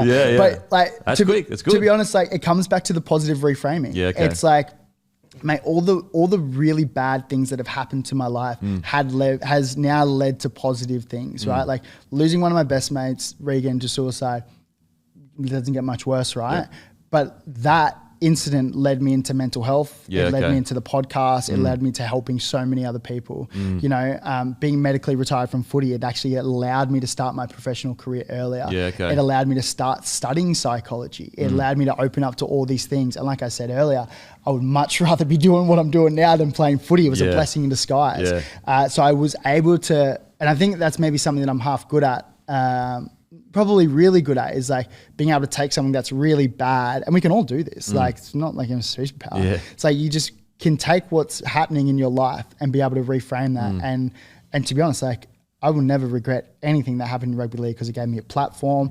I made the best mates ever in that time, and it just allowed me to jump into what I do now. So mate, it was like about a week, maybe a bit longer, 2 weeks, a month. And then once the headache started going away, I started thinking, well, what's all the things that I want to be doing to help my brain and help with things. So did you, you probably didn't, but I think a lot of young men and women, when they've been professional athletes or whatever, and they don't hit their potential, they struggle with it for a lifetime. Like, you know, because it is very hard to accept that, and this was out of your control, so there's not really much you could do about it, but it is hard to accept people for, anyway, it's hard for me to accept anyway, that I was, whether it's God, whether it was luck, whatever, I was so lucky that my genetics gave me this opportunity, and I squandered those genetics. Whereas there is a young kid out there right now that would kill for those, like they would give anything just to have those genetics, and I never fulfilled it. Did you struggle at all with not fulfilling potential, or because it was out of your control, you were pretty sweet? The one time that I thought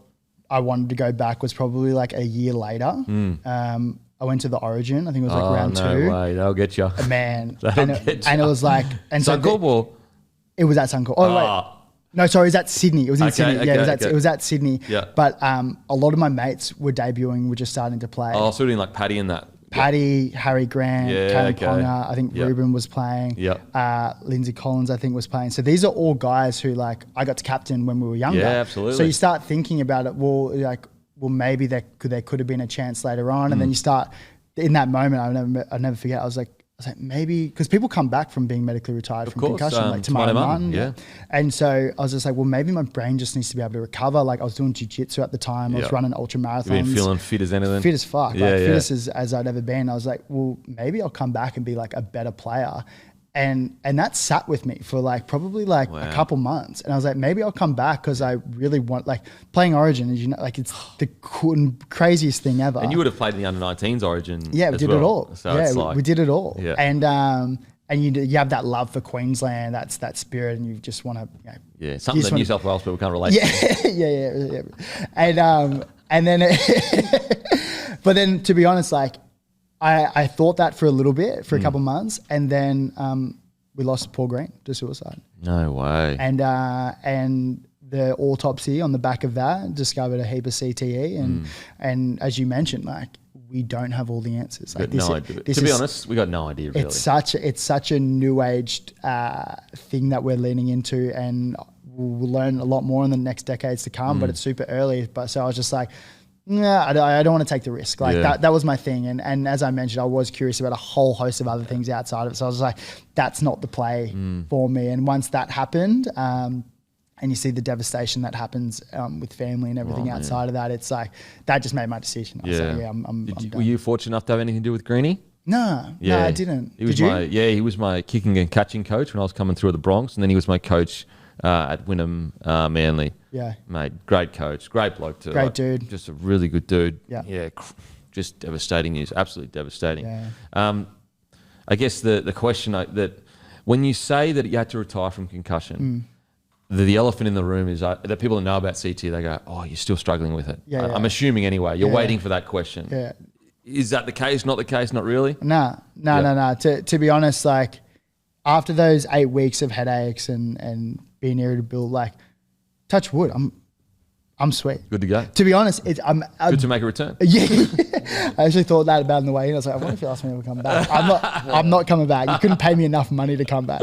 But no, like I genuinely like I felt I don't know what it is. Maybe it's like the fact of being consistently like these minor hits when you're playing. I think it is that the training and the stuff. Training, I like think that's all what that. it is. Mate, I feel clearer and more focused. Oh, it's crazy. Now than ever. You're the first person that I'll be able to have this conversation with, because I didn't retire because of head knocks. Yeah. But like, I swear to God, when I left footy, and this is going to sound so dumb. Yeah. I felt like I got way smarter. But I wonder if that's other people as well. Bro, I was like, because there's certain things that I learn about or speak about, and someone might say, "But you're pretty smart." Yeah. And I was like, I never considered myself smart. Interesting. you know what I'm saying? Interesting. And then once I quit footy, I was like, there are so many different concepts that I'm grasping that I just never even thought about in footy. And I just wonder whether that contact constantly, every single day, essentially, was like fogging the brain. I think there's probably something in that for sure. And even when I spoke to Chris Levi, the neurologist, I was like, mate, I can't change the last 10 years, 20 years, but like, what can I be doing going forward? And he's like, there's heaps of things. Like, talk about brain health. It's like, well, obviously, like, not getting hit in the head is a great thing. Let's start with that. Yeah. Not drinking and doing drugs is probably like a really great thing. Like, probably. when they say, I was fucking surprised. Like, what do you mean? Learning new things is a really good one. So it's not rewiring of the brain. Yeah, it's not about doing the same Sudoku every day, but it's like for me, it was like studying psychology that's hard. Like I'm not a super smart guy. Like I had a lot of learning difficulties growing up. I struggled. Yeah. But I'm curious and I knew how hard it was, and I was like, that would be a good test for me. Yeah. Nutrition, physical exercise. There are so many things that we can do for our brain health. And so, after living that, I was like, mate, I don't touch that at all. Like I'm curious about brain health, especially like given circumstances, like of course, but I am so curious on what that can look like and how we can like best optimize what we want to do. I think that's super I'm very curious about that. It's funny, the first person I've ever had that same experience where it was like there was fog in my brain, and then about 6 months after quitting, it was just like I woke up and I was like, oh shit, I actually know stuff about stuff. That's cool. I wonder it's because like I think there's probably something in like the purpose and passion part of it as well, because you've fallen into it as well. We probably know a lot of mates who fall into that feeling of anxiety and uncertainty because they don't know what their employment looks like, financials, they might have a relationship breakdown, they might be a bit lost. All life's kind of told them, this is the peak. You're at the peak of the mountain. You can never go to anything better. Yeah. Whereas I think sometimes, like I was fortunate enough because I had a brother that was really successful, I had a sister that was really successful. So I was like, listen, they're smarter than me, but they surely genetically they can't be that much smarter than me. So I was always like, I've got a career after rugby league. Whereas a lot of these players, guys and girls, they're told from a very young age, like this is all you can do. Yeah. This is the top of the mountain for you, kind of thing. I love that you mentioned the mountain, because most NRL players and a lot of professional athletes, they think that they can just, especially when you're playing, they're just going to jump straight across to the next mountain and they finish up. Whether that's status, whether that's cash, whether that's whatever. But in reality, like you climb back down the mountain. These things don't happen. But sometimes guess what? Fall back down the mountain. But guess what? Like you'll climb the second mountain just as quick because you've got all the learnings from the first mountain. Absolutely. Not many people get to be in the privileged position of playing professional sport, having those relationships, having cash to fall back on. You'll climb it quicker. And that's what I feel like we're doing. Yeah, absolutely. And you're equipped with so many tools now when you've played. You know what it takes to be good at something. Right. It's just a lot of work, a lot of work. Mate, take us back to a young fella. So we've spoken about making the Queensland sides or whatever. So you got signed for 4 years at the Broncos, 4 years. So this would have been about 2015 or so? Yeah, I finished in 2014 and I was in there in end of 14, start of 15. So pretty red hot side, grand final 2015. Yeah. Straight into top squad? I did a year in 20s and then year after as an 18-year-old. What was it like signing that long deal at the Brisbane Broncos? Still had a bit of its mystique about it at the time? Yeah, a dream, man. It was like the best. It was when I think about like life-changing events that had happened, like that was one of them. Yeah. It was actually I had the exact same contract, but from the Gold Coast Titans. Oh, really? On the table, and so I did all my juniors with Bronx, and I'm a loyal guy. They had the best junior development, as you probably know, and I had this contract for the Gold Coast Titans, and I was like, well, that's more money than I ever thought I was ever going to get ever. In 4 years, like, bro, I was like, that takes me to 21. I was like, even if I don't play it, like that's the best. Yep. And so I thought I was going to go to the Gold Coast Titans. And then I actually sat in the office with Anthony Griffin, who was the coach at the time, and said, sorry, man, we're not going to do this. I think in the background, like, he got sacked that year in 2014, and next thing you know, like I've got an offer on the table for 4 years at the Brisbane Broncos, which was like my dream club. Like my role model, like my idol growing up was Corey Parker, right? Cos, big bird, like because I always thought like because he made his NRL debut at 18, and bought his first house at 18, and I had this thing in my head like, oh well, if I can debut before I'm 20 and make my NRL debut. Oh, if I could debut before I'm 20 and buy my first house before I'm 20, then maybe I'll be like half the player. Like that was the thing that was in my head. But what anyway, was your hit and spin like though? Because that's all he built his whole career on, a hit and spin offload. That was I had it, but no offload. that was not that handy. But so they were both on the table, and I just thought like, if I want to be the best, I want to go into the best environment, and that was at the Bronx at the time, so I took that. And so that first year, 20s, you're playing with the boys you mentioned, like Ricky and that. Do you remember your first session or first time with the first grade squad? Yeah, we're at the uni UQ. UQ. UQ. We were training at UQ. Track there and all the fields. Man, I remember I didn't speak a word for the first year because I was so scared. Like we had like Gillo and Macca and Dozer was there. Lexi would have been there. Lexi was there. Geordie Kahu, Alex Glenn, like just best dudes ever. Yeah. And they're friends now, but when I was younger, you look up to these guys, Origin players. Yep. But I remember, first session, Wayne used to call me Kieran.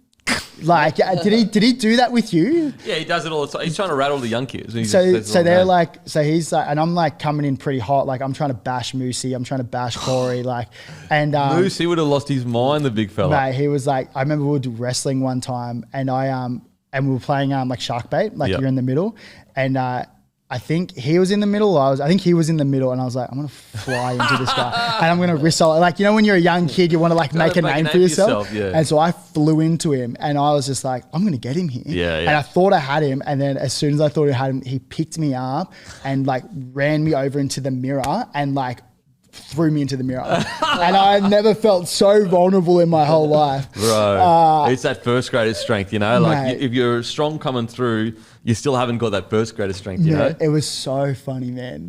So yeah, that was all the stuff, man. It was fun, but it's just part of it. Army camps or anything like that? Yeah, we did an army camp.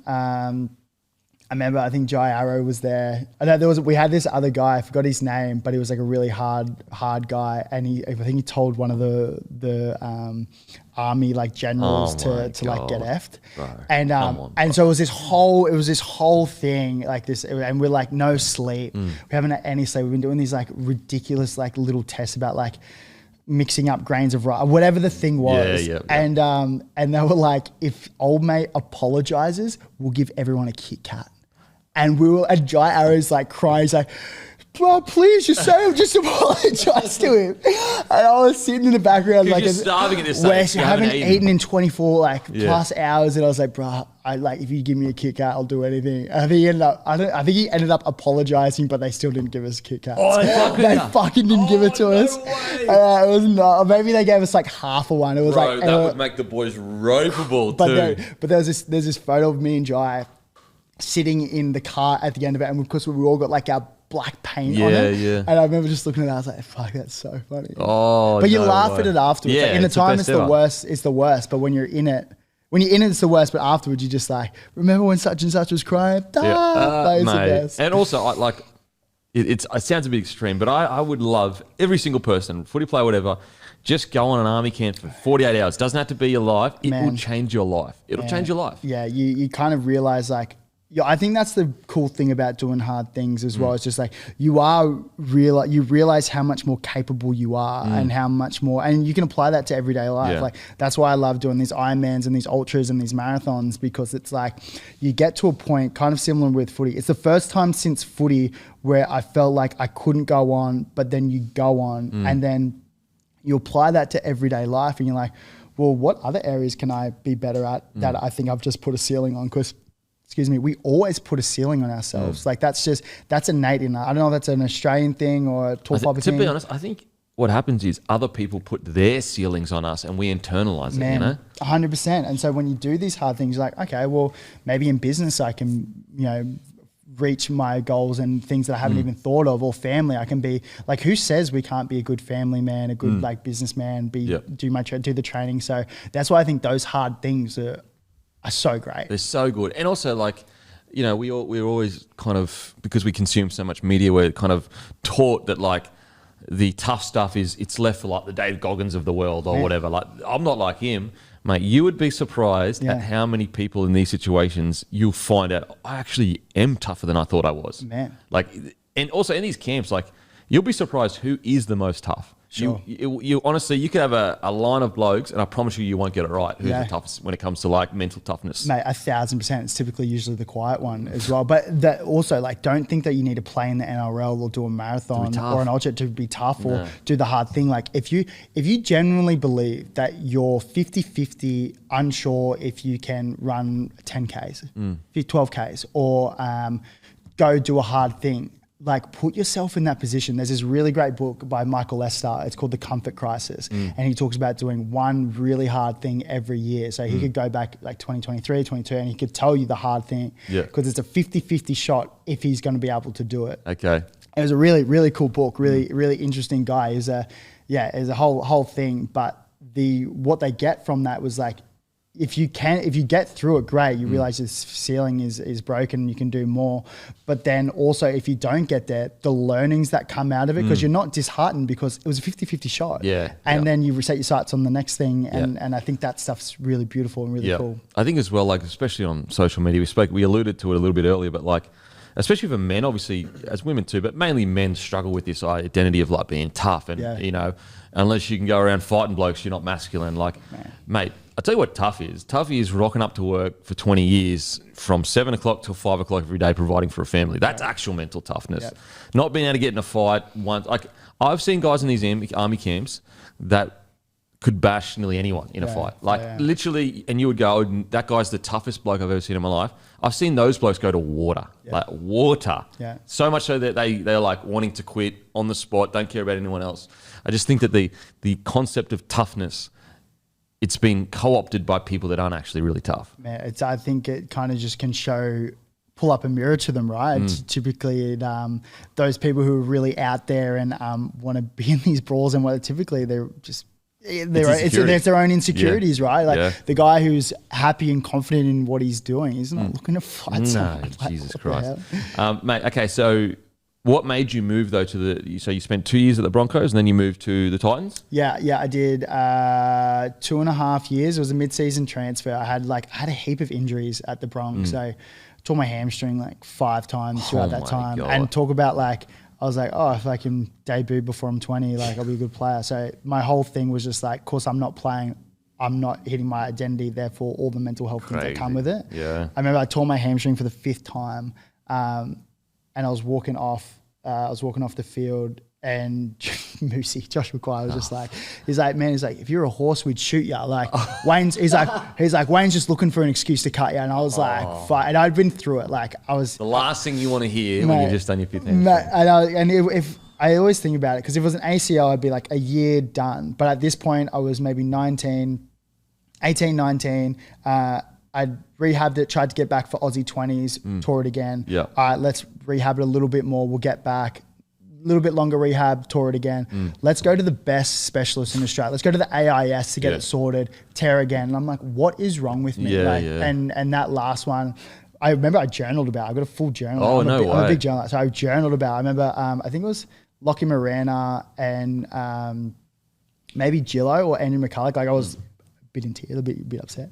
and they were like, you'll be right. Like they just gave me some bits of encouragement. I remember I called my dad and I said, I'm done with footy. I'm probably going to finish up. I can't keep doing this. Like just the roller coaster. I don't want to keep doing it. I called my manager, Clint. And you're 19 at this stage? 19. 18, 19. Hadn't even like scratched the surface. But I was like, I need to be playing by next year and I'm behind everyone. I'm the same. I was the same. So impatient.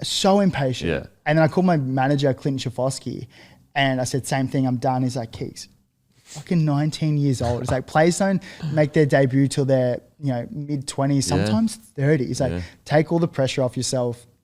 And so I took it all off.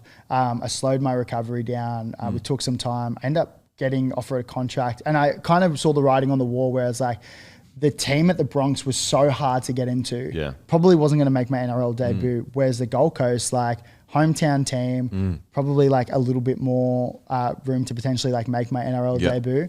And so I went to the Gold Coast Titans like mid-transfer, and it made sense because I love the Gold Coast. I was back home with my family, talk about connection. I was back surfing. I was playing really good Queensland Cup at the time for the like Tweed Seagulls. And I ended up making my NRL debut at the end of that year. No way. I got like hamstrings right, everything sorted. You wonder like, and look, it's a bit woo-woo, but was it happiness that got your hamstring sorted? Like, I know it's woo-woo, but like, bro, they've done so many studies about if you live a high-stress life, you have more chance to get this disease and this disease and whatever. And injury as well. I just wonder, like, was that the secret? Because it's not like, I doubt you trained harder at the Titans than you did at the Broncos. I can almost guarantee you that we didn't. So like, because were you the same though? Were you impatient? You wanted to get there? Bro, I was super impatient. I was fortunate enough. I didn't have much injuries, but like, bro, I came from soccer when I was 17. Yeah. I needed to debut when I was a teenager. I ended up debuting, I think, like 19 on the week of turning 20. Wow. And so like, that is the dumbest shit I've ever heard. Like telling me this now as age, if if a 19-year-old me walked up to me and said this, I'd say you're the dumbest bloke in Australia, bro. I subscribe to that for sure. Like, bro, why do you need to make your debut as a teenager? Like, you have so many years ahead of you. And it's also a reason why. So I was told by the Broncos that I was playing first grade at the time, but they told me that I was third in line in the wing spot. So it's Darius Boyd, Steve Michaels, and then it was me. Yeah. Mind you, Darius obviously went on to play Origin. Steve Michaels was better than Darius coming through. He was the man. Sure. The man. And because I was so impatient, I was like, no, I need to be playing first grade now. That's the only reason I left the Broncos is because I was like, I'm... And look, to be fair, I was right because then the rest of the year I went on and played really well and cemented that spot on the wing. Yeah. So I was right in the sense that I wasn't the third best winger at the club, but I was wrong in the sense that, like, bro, just show them. Yeah. Like, you don't need to go somewhere else to do it. Just keep playing footy and eventually they'll select you over someone. Anyway, it's a mixture of two things. I made that decision. I was 18, 19 years old, but I should have had a manager that told me, mate, you don't need to go to New Zealand, stay at the Broncos and work through it. I'm keen to get your thoughts on this because for me, obviously same story, like super impatient, realize that good things take time to get and doing things for a long and being in it for the long haul, you're going to have positive success. Like you look at the best athletes, the best professionals in any profession, like they're the best because they've been in the game forever. I look at what you're doing now in the podcasting space, being an OG and have been doing it for so long. Do you reckon those learnings from footy helped you into business now and not being in such a rush? It's an interesting one because like my dad always would say, just keep turning up. Like you don't have to be the best each day, but if you turn up one more day than the next bloke, you win the battle. Yeah. So I just think I think the problem with athletics is when you, and this is going to sound really corny and up myself or whatever, but it's the truth. When you win everything from 5 years old all the way till you're 18, and I mean like every race you win. Yeah. Every soccer team you make all the different things. That's what creates the impatientness because you've been told from a young age you are the best of the best. Now, granted, when you get into NRL, you're just the one guy out of 30 blokes that were all like that growing up. Yeah. And I think that it's important for older people to explain that to younger people, but at least it's changed now. But back in the early 2000s, no one explained that to it. It was a dog-eat-dog world, and they wanted you to feel impatient. They wanted you to be like, I should be in here tomorrow, especially at the Broncos. Like it was truly like, in the early 2000s, a dog-eat-dog world. Yeah, man. You're the best or beat it. Yeah. We don't want it. If you're not the best, get the fuck out of here. That was the attitude. And I won them a bunch of premierships. Yeah. Different now, obviously, which is a good thing. But I do think I definitely took the learnings of don't be so impatient from that into business. And it's like anything. You know when you get told some really wise thing when you're a teenager, and at the time you just go, I know everything. I know, like, bro, I don't want to hear no wisdom from you. Yeah. And when you get older, you go, oh, what they said was actually really true. Yeah. I think I lent more heavily into the things my father told me were absolutely true. Just keep turning up. Just keep turning up. And that's kind of what I did. Yeah, I love that, man. I think I'm taking that on board for sure. Yeah. Just because the thing about like the turn up, anyone can turn up. Not everyone can be Michael Jordan. Not everyone can be LeBron James. But anyone can just keep turning up each day. Like, and I learned that by what he said, but also watching him. So like he always jokes, not always, but sometimes he'll joke about it. He's like, mate, I've only had 3 sick days in 45 years. I've got the record. And he was like, and I'm filthy about 2 of them because I went away to a Nippers carnival or whatever, a surf life saving carnival, and they counted as sick days. Yeah. Anyway, so that was just his attitude. Just keep turning up. Yeah, I think that's such a wise thing. There was a podcast with Rich Roll and I think his name's Paul Carter. It was on like I think it was like NBA. I want to say NBA player. Anyway, they did a really great conversation about like stacking days, like the idea of like showing up day after day. And I used to always use this like analogy, like this mountain analogy, like picture like every day or every action is just a layer of paint. Yeah. And then over time, that layers will get bigger and bigger. And then after 10 years, 15 years, 20 years, like you've got this whole mountain of, actions, days, learnings, tools, the whole thing. And then that's what creates a strong, like just really incredible person. It's not just being like, oh, I'm good, but you need to do the work. You need to do the work. It's just time. It's almost like the iceberg theory of like any great person, you're just seeing the tip of the iceberg. You don't see all the stuff that's happened before it. But mate, take us through your debut though, because you're impatient. So it would have meant like, I've done it. I've done it. What happened there? Yeah, it's an interesting story. I know I've spoken about it before, but when so I was playing Queensland Cup throughout that time. Was it Burleigh Bears? I was Tweed Seagulls. Tweed Seagulls, okay. I was Tweed Seagulls at the time, and in the Queensland Cup, you you finish a week earlier. So we weren't, I don't think we were going to play finals. So we had our Mad Monday on the weekend before. The boys still had one more game to go. So we won the Queensland Cup game. We had this like huge night, like out, and because we were the Reggies, we had to like train the next day, but we were like, it's our Mad Monday, Monday. We're in surface, and we got home at 5 in the morning, and then we were showing up at like 7, I think. 6:37. Oh my God. And so I'm rolling in with like, and to give context at the time, like we just lost Neil Henry as our coach. I can't remember who the assistant coach was. I think it was Box or I know there was a couple of assistant coaches. But all of us Reggies are rolling in, sunny's on, stinking like piss, and they're like, Keegs, I want to have a conversation with you. Come here. And I was like, did I do something last night? Like, I was thinking every possible scenario. And I took my sonnies over. He could obviously see and probably smell me. He's just like, Keegs, like, you're going to make your NRL debut this week. This was the Monday. We're playing on like the Friday or Saturday. And I was like, really? And he's just like, yeah, man. And I was like, oh, okay. And I was like, oh, he probably wouldn't know. And so I remember all this adrenaline just hit me, and I sobered up straight away. And I was like, oh, I've got to be hydrated. Like, you're already starting to hydrate. You're like, oh, I'm going to be like in that. Because when you're in the Reggies, you're playing against the main side. But now you're on the main side. And that feeling of like just being on the bench was just incredible. And these are guys who they went to my school, Palm Beach, Currumbin. They were, again, guys who I looked up to, like Ryan James, Kevin Proctor, for a whole host of other reasons as well. But they were all good dudes. And I trained that week, and then I thought I was just going to get 5 minutes, but I ended up playing 60 minutes. No way. On debut. Got suspended my first game. Did a high shot on Jakey Friend.